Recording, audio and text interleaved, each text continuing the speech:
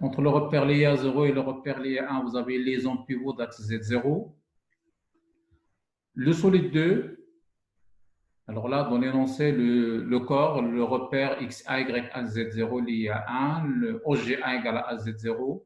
2, c'est le bras, le repère lié R2, O2, XA, Y1, Z0. Regardez, entre le repère lié à 1 et le repère lié à 2, c'est le même, puisque la liaison entre 1 et 2 est une liaison judiciaire. Il est là, liaison judiciaire entre 2 et 1. Et là, liaison judiciaire de paramètres Z, donc Z est le variable. 3, la main et la pince. La main avec la pierre, avec la pince qu'il tient. Donc, c'est un solide qui permettrait de prendre un objet à l'aide de la pince 3. Et la liaison entre 2 et 3 est une liaison pivot glissant d'axe O2X1. Alors, vous avez d'autres paramètres, O2G3, CXX1. Vous avez la masse du solide 3, CM3, son débit G3. Même chose pour le solide 2. Le mécanisme est au repos. Alors, vous savez que là, regardez donc, là, finalement, vous prenez un objet à ce niveau-là, vous le pincez avec la main, le solide 3, elle peut tourner comme elle peut translater suivant l'axe X1, et tout cet ensemble 2 qui retient 3, elle peut monter et descendre suivant l'axe Z0. Donc, finalement, en termes de liaison, vous avez un solide qui est composé naturellement de 4 liaisons équivalentes, 0 qui est fixe, le solide 1 qui tourne autour de Z0, le solide 2 qui translate donc liaison glissière entre 2 et 1 suivant Z0, et puis là, entre 2 et 3, vous avez liaison pivot glissant, rotation et translation suivant X1. Ça, c'est le graphe de liaison. Alors, en plus de ceci, vous savez que pour que ça marche, on va arrêter le mouvement quelque part. Donc, regardez par exemple ici la liaison entre 1 et 2. Il doit y avoir un vérin pour assurer maintenant l'actionneur, le moteur qui devrait assurer réellement la liaison glissière entre 1 et 2, c'est peut-être un vérin qui devrait pousser vers le haut pour pouvoir le soutenir. Alors là, c'est bien. Le mécanisme est au repos, donc il ne bouge pas. Un frein installé entre 1 et 2 applique sur 2 un glisseur de résultante F. Regardez bien. Quand il monte, à un certain moment, il faudrait stopper pour faire la statique. Il faudrait le fixer. Alors, quand il est fixe, logiquement, qui va le fixer, c'est un moteur. Il y a un moteur qui pousse vers le haut, mais il y a un frein, il va freiner pour pouvoir arrêter le mécanisme à une position particulière. Donc, il y a un actionneur qui est un frein qui est modélé par un torseur glisseur. Je vous rappelle qu'un torseur glisseur, c'est un torseur qui contient une résultante R et le moment, il est nul. Et la résultante ici, il s'appelle F suivant Z. Donc, finalement, techniquement, c'est peut-être un vérin, vous vous rappelez, un vérin qui doit soulever tout ceci. Et le vérin, la force du vérin, c'est F. Alors maintenant, travail d'ingénierie, il faudrait voir quel vérin faut-il installer dans ce robot, c'est un bras manipulateur sous forme de robot, pour pouvoir soulever le solide 2. Il faudrait, avant d'acheter le vérin, il faudrait le calculer. Et par un calcul de statique, on calculera la force du vérin pour pouvoir dimensionner les vérins. Alors, d'une façon méthodique, pour répondre à cette question, il faudrait faire un schéma d'analyse, comme d'habitude. Alors, schéma d'analyse, c'est un graphe des actions mécaniques qui contient d'abord le graphe de liaison. Donc, finalement, on va directement mettre un graphe de liaison et sur lequel j'ajouterai les actions mécaniques extérieures. À votre avis, quelles sont les actions mécaniques extérieures que j'allais ajouter à mon graphe de liaison? Je vous écoute.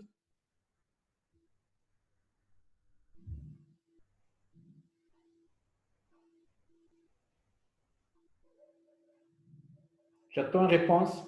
On va tracer le graphe dans lequel il y a les liaisons, mais qu'est-ce qu'il y a comme action extérieure sur le solide, sur le mécanisme?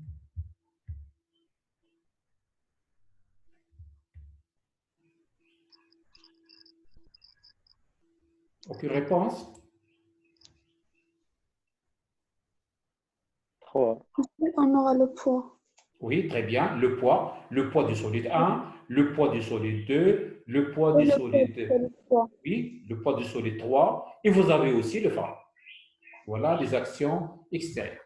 Alors, maintenant, je vais passer à la rédaction. Comme d'habitude, maintenant, vous êtes rodés sur ma façon. Je vais vous exposer la démarche. Je vous envoyerai, comme d'habitude, le corriger et vous essayez de refaire. Alors, je projeterai, alors je chercherai le, alors là je vais fermer. Alors question numéro 1.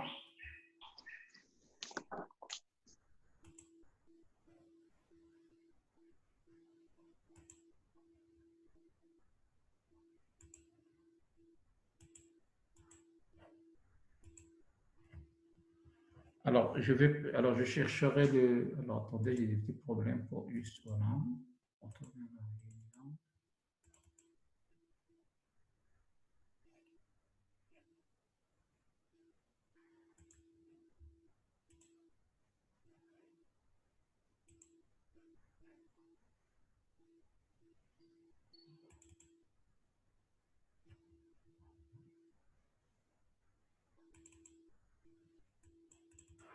Alors, vous avez devant vous l'écran contenant le corrigé, la question 1. C'est bien ça? Vous avez l'écran devant vous? Ouais. Oui. Alors, question 1, graphe des actions mécaniques, schéma d'analyse. Alors, d'abord, regardez, j'ai mis en place le solide 0 qui est fixe. Entre 0 et 1, liaison pivot d'axe OZ0. Entre 1 et 2, liaison glissière de direction Z0. Entre 2 et 3, liaison pivot glissant d'axe O2XA. Ça, c'est uniquement le graphe de liaison appelé schéma d'analyse, sur lequel j'allais ajouter les actions extérieures, à savoir, comme vous l'avez évoqué tout à l'heure, le poids, la pesanteur sur le solide 1, la pesanteur sur le solide 2, la pesanteur sur le solide 3. Et ce n'est pas la peine de mettre la pesanteur sur 0, on peut la mettre comme on ne peut pas la mettre, étant donné que 0, si le bâti fixe, s'il est lié au sol, ça ne veut rien dire parce qu'on ne va jamais isoler 0. Et vous avez aussi, d'après l'énoncé, un moteur-frein. Un moteur. Vous savez, un moteur, c'est une partie fixe et une partie tournante. Ou plutôt ici, comme il s'agit d'un vérin, c'est une partie fixe, le vérin, c'est le corps du vérin et la tige du vérin, le piston qui devrait pousser. Donc, une partie elle est fixée à 1 et une partie elle est fixée sur 2. Donc, quand vous isolez 1 et 2, le vérin il est inclus à l'intérieur de 1 et 2. Donc là, c'est la raison pour laquelle je le mets entre 1 et 2. Une partie liée à 1, une partie liée à 2. Donc, le piston, la partie fixe, le corps du vérin, il est à 1 et le piston, il est lié à 2. Et quand vous mettez de l'huile sous pression, vous activez le vérin doit pousser, il va directement pousser vers le haut pour pouvoir pousser le solide 2 vers le haut. Et à un certain moment donné, il y a un frein qui devrait stopper. Donc, le vérin doit rester dans certaines positions. On devrait calculer la force du vérin qu'il faudrait mettre pour que ça marche. Alors, on vous dit de faire question 2, étudier l'équilibre de S. Et le S, c'est le solide 2 plus le solide 3. Pour cela, j'allais partir sur mon schéma et j'allais encadrer le solide 2 et 3. Alors, je vous autorise à tout moment, si vous voulez intervenir, d'ouvrir votre micro et de poser la question. Mais j'aimerais bien qu'en posant la question, vous dites rapidement votre nom et vous posez la question. Vous pouvez intervenir à tout moment. Si vous voulez intervenir, question, vous ouvrez votre micro, votre nom et vous posez la question rapidement, je pourrai répondre. Alors, comme on me demande d'isoler 2 et 3, donc là, j'allais entourer 2 et 3. Alors, à la frontière, donc là, je l'ai repassé en vert, en pointillé. Alors, quelles sont les actions extérieures à 2 et 3? Regardez à la frontière d'isolement, vous avez le torseur de 1 sur 2, cette liaison, la liaison glissière. Le torseur de 1 sur 2 par le moteur, c'est le vérin, le moteur frein sur 2. Et vous avez aussi la pesanteur sur 2 et la pesanteur sur le solide 3. Alors là, je l'ai écrit là, tout simplement. Le torseur de S bar sur S égale à 0, ça c'est le principe de statique. La somme de torseur extérieur égale à 0. C'est le torseur de S1 sur 2. Le torseur de S1 sur 2 par le frein. Comme je peux écrire aussi le torseur du frein sur S2, soit cette écriture, soit celle-là, c'est kiff-kiff. Plus le torseur de la pesanteur sur S2, plus le torseur de la pesanteur sur S3 égale au torseur nu. Regardez, jusqu'à maintenant, je n'ai pas mis de points. L'essentiel, comme j'allais faire la somme de torseur, il faut que ça soit au même point. Et je vous rappelle que dans un torseur, la résultante ne dépend pas du point. Alors, je ferai l'inventaire des torseurs que je connais, tout doucement. Le torseur de la liaison glissière entre S1 et S2. Liaison glissière, je vous conseille d'écrire le torseur statique des liaisons glissières. Donc, vous écrivez d'abord le torseur cinématique. Torseur cinématique, liaison glissière, aucune rotation, 0, 0, 0. une translation suivant Z, 0, 0, VZ. Ça, c'est le torseur cinématique. Pour faire le torseur statique, vous inversez les torseurs. Vous avez la façon d'écrire le torseur statique. Il a cette forme. Donc, c'est X1, X1, 2, c'est-à-dire le torseur, la résultante de 1 sur 2, X1, 2, Y1, 2 et 0. La résultante est le lieu suivant Z. L1, 2, M1, 2 et 1, 2. C'est un torseur qui contient 5 composantes en statique parce qu'en cinématique, il y a uniquement une seule composante. Le torseur de S1 sur S2 par le frein, ou bien le torseur du frein sur S2, dans l'énoncé, c'est écrit le frein il exerce un torseur glisseur de résultante F portée par Z. Donc là, je montrerai tout simplement comme ça. La résultante, c'est la première ligne, F et 0. C'est un torseur glisseur. Je vous rappelle qu'en torseur, on peut écrire la première ligne, c'est la résultante, la deuxième, le moment, comme j'ai écrit ici pour le premier torseur. Soit écriture en colonne, la première, c'est la résultante, la deuxième, c'est le moment. Le torseur de liaison glissière, il est valable dans tout point.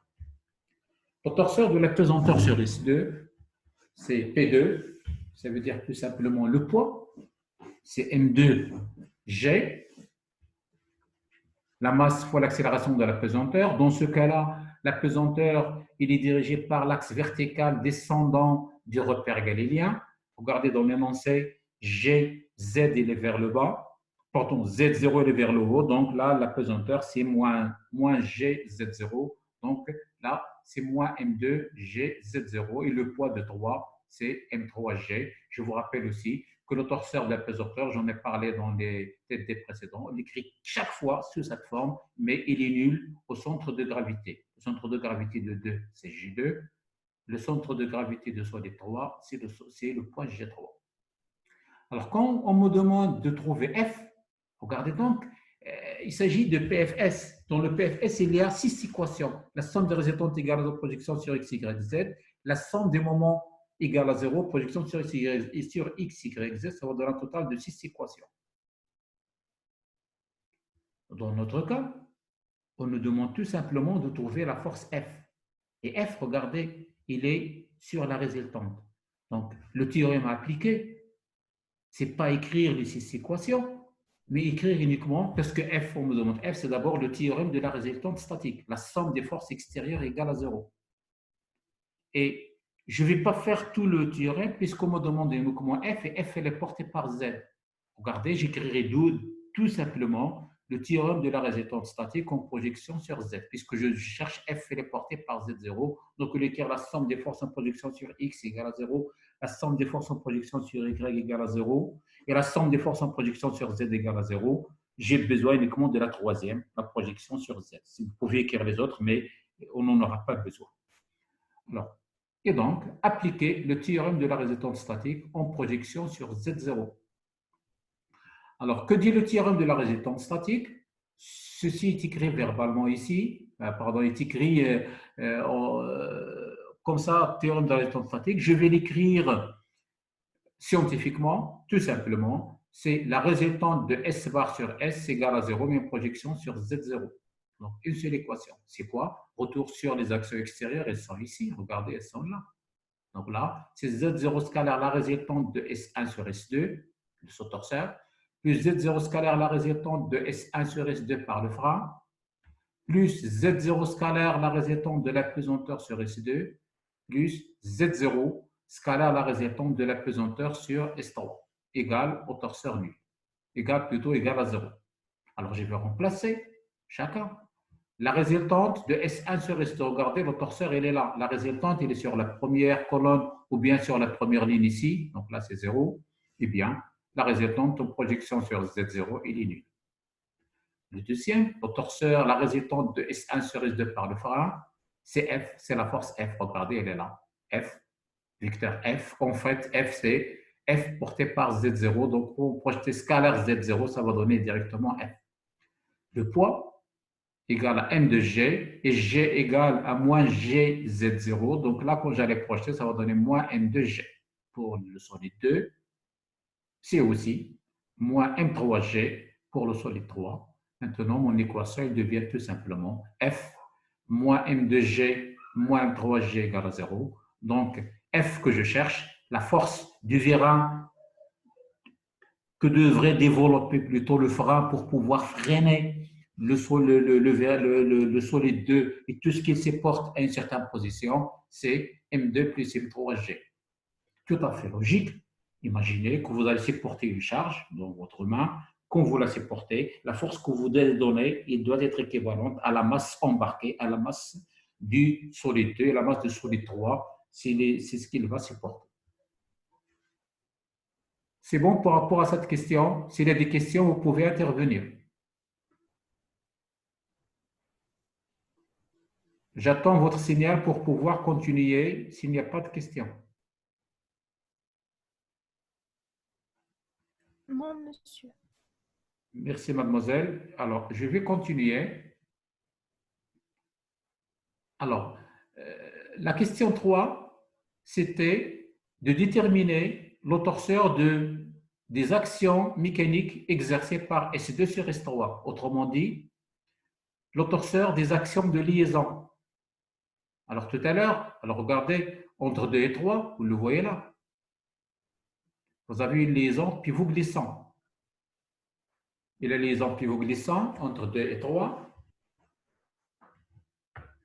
Alors, la liaison pivot glissant entre 2 et 3, si vous allez écrire le torseur de la liaison pivot glissant, on va l'écrire sous cette forme. Elle est là. Entre 2 et 3, liaison pivot glissant d'axe O2X, entre O2 et X1, même chose, vous écrivez le torseur cinématique. Liaison pivot glissant, c'est deux rotations, plutôt une rotation sur voie X1. Donc, si vous allez écrire le torseur statique, vous allez écrire, le torseur sinueux, vous allez écrire oméga X 0, 0, puisqu'il y a une rotation autour du X1. Et pour la translation, vous allez écrire Vx 0, 0.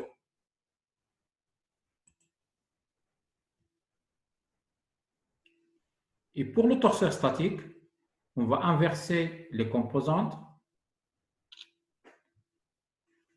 Quand on inversera les composantes, ça deviendrait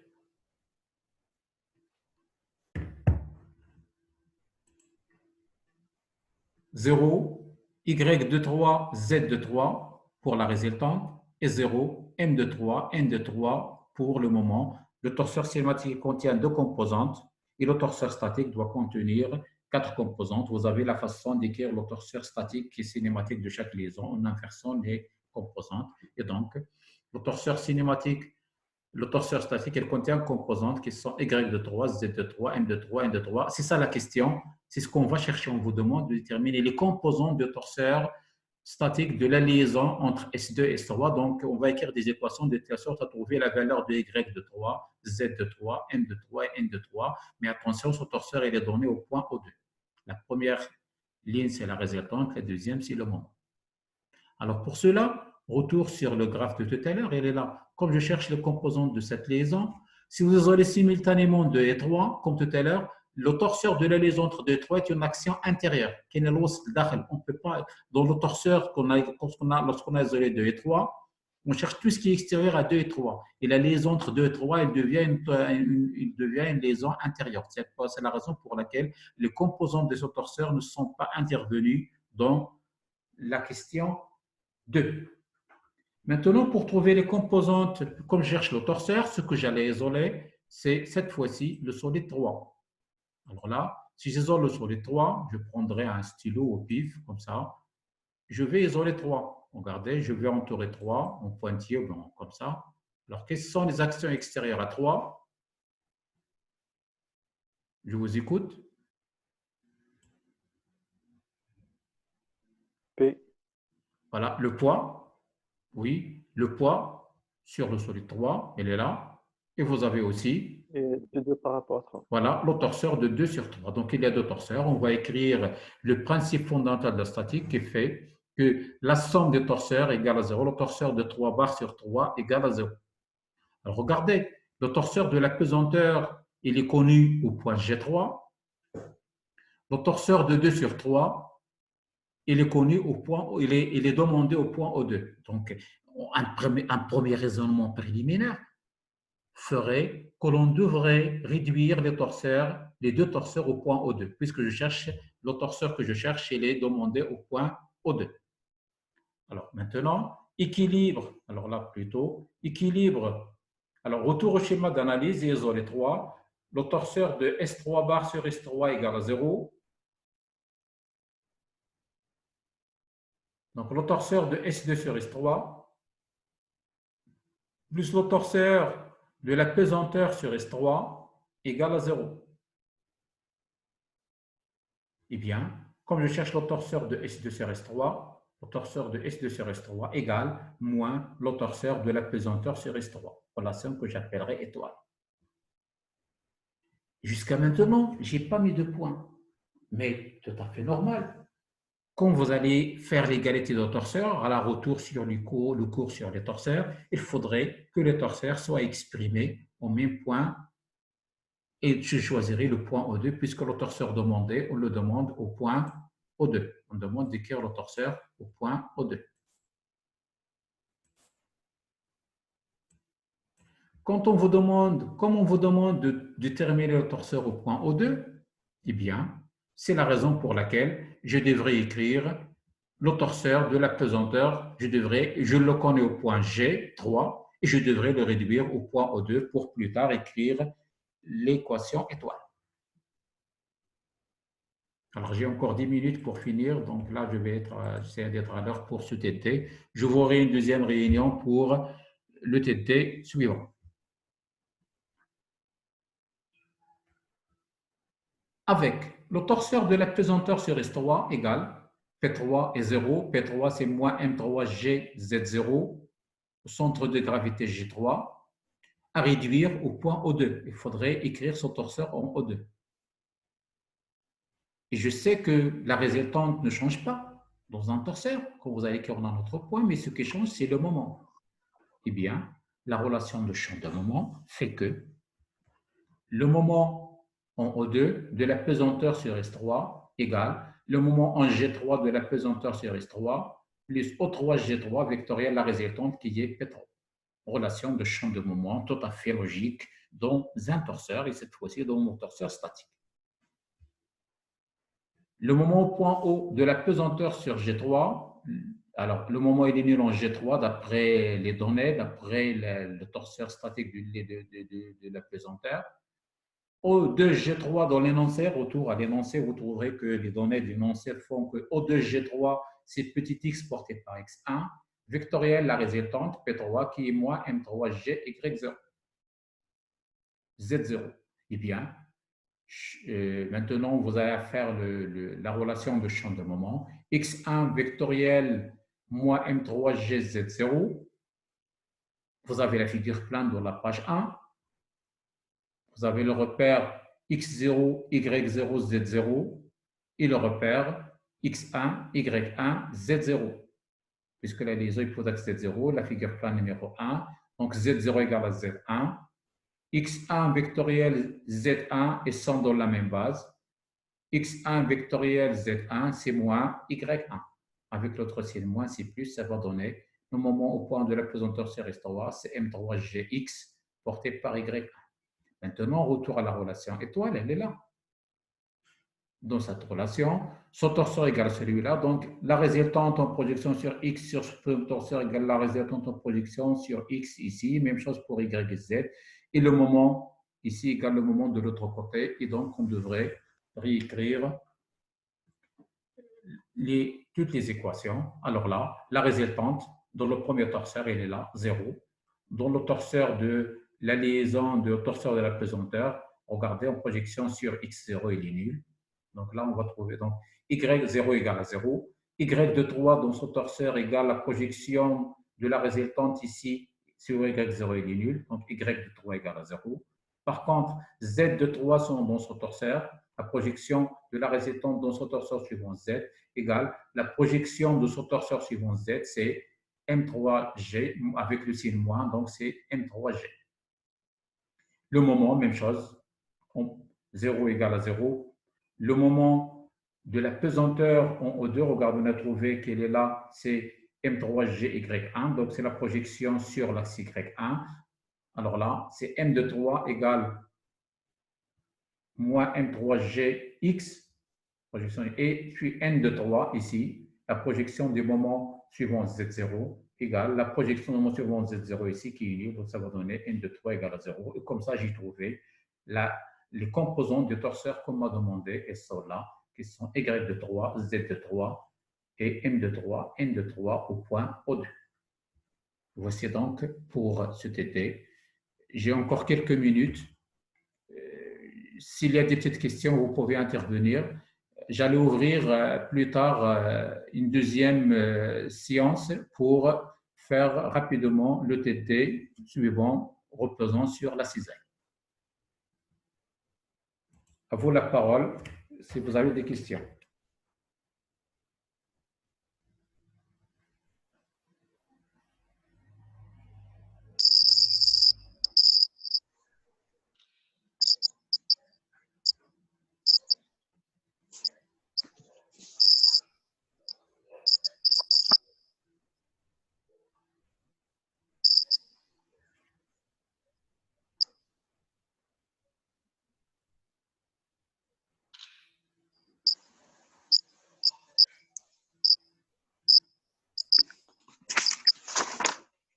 Oui?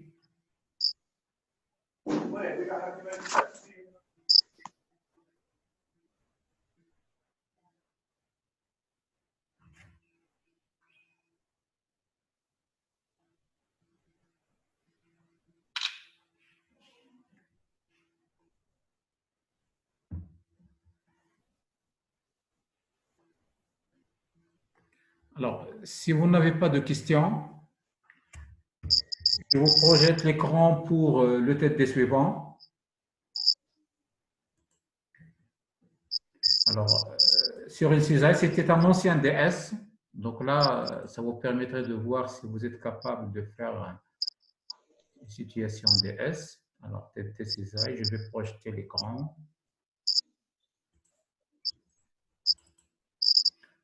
Vous avez l'écran devant vous pour la cisaille? Oui. Oui. Alors, il s'agit là d'une cisaille qui permettrait de découper le solide S4 en deux morceaux, comme si vous avez une feuille à découper. Imaginez une feuille, vous pouvez la déchirer à la main, tranquillement. Vous pouvez la couper avec un ciseau, tout à fait normal, mais ici, c'est une feuille métallique, une tôle, qu'il faudrait découper. C'est très difficile de la découper directement. Alors, pour cela, vous avez une cisaille qui a cette forme composée de solides 0, 1, 2, 3. Et là, on va appliquer un effort au point A, un effort F au point A, par l'opérateur, vous, un être humain qui doit actionner, qui doit appuyer au point A à l'aide d'un effort manuel. Et à ce niveau-là, au point E et au point H, l'action des mâchoires de la cisaille qui viendront cisailler, découper, partager en deux une tôle S4. Alors pour cela, le sujet il est là. La cisaille représentée sur la figure permet d'amplifier l'effort F exercé par l'opérateur afin de faciliter la coupe des tôles. L'objectif de l'étude est de déterminer l'effort de coupe en E.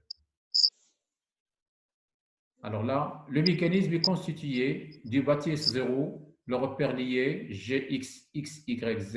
Le bâtisse 0, il est là. Il est aussi là. Ça, c'est le bâtisse fixe, il est lié au sol. S0, le centre G, X, Y, Z. Z est perpendiculaire à la page, à la feuille. S1, action exercée par l'opérateur sur S1 représentée par un glisseur en A de résultante F. Le solide S1, il est là. Donc, c'est C, P, A. Et là, l'opérateur, l'être humain, il devrait appuyer directement par un effort exercé au point A que l'on devrait calculer, s'appelle F au point A. Le solide S2, il est là. C'est la bielle, en fait, c'est le solide PC, c'est le PC. Biellette S2, c'est posé vertical pendant la coupe. dP égale à LY. Donc, pendant le fait de découper, regardez que dP, il est vertical et donc il est porté par l'axe Y. La mâchoire S3 comportant la lame de coupe. S3, elle est là. C, elle est là. Contient aussi le point E. S3, regardez, vous avez liaison pivot au point D entre 2 et 3. Et puis, la tôle à découper, une tôle. Voici tout simplement une feuille métallique, une tôle en acier qu'il faudrait découper. Les liaisons en B, C et D et G sont des liaisons pivots parfaites d'axe Z, pivots sans frottement. Les liaisons en E et H sont supposées ponctuelles parfaites de normale Y. Là, vous avez aussi des liaisons ponctuelles entre E et H. Le poids des différents solides sont négligés. Donc, il n'y a pas l'effet de la pesanteur cette fois-ci sur les différents solides. Notation, pour que tout le monde puisse noter de la même façon. Le torseur de l'aile entre le solide I sur SJ, au point A et J s'écrit X, IJ, Y, IJ, Z, IJ, L, IJ, M, IJ, N, IJ. Donc, tout simplement, X12, Y12, Z12, ainsi de suite. Torseur d'action mécanique du solide S sur I sur SJ réduit au point A. On demande de faire le schéma d'analyse. Et puis, de donner la forme des torseurs de l'action de S2 sur S3 au point P, torseur de l'action de S3 sur S4 au point E. Le problème est plan. Comme le problème est plan, les torseurs écrits en 3D, on va les réécrire en 2 dimensions dans le plan. Ensuite, l'objectif, c'est de trouver à la fin s'il y a amplification de l'effort F. Ça veut dire tout simplement que pour couper, pour appliquer un effort permettant de couper au point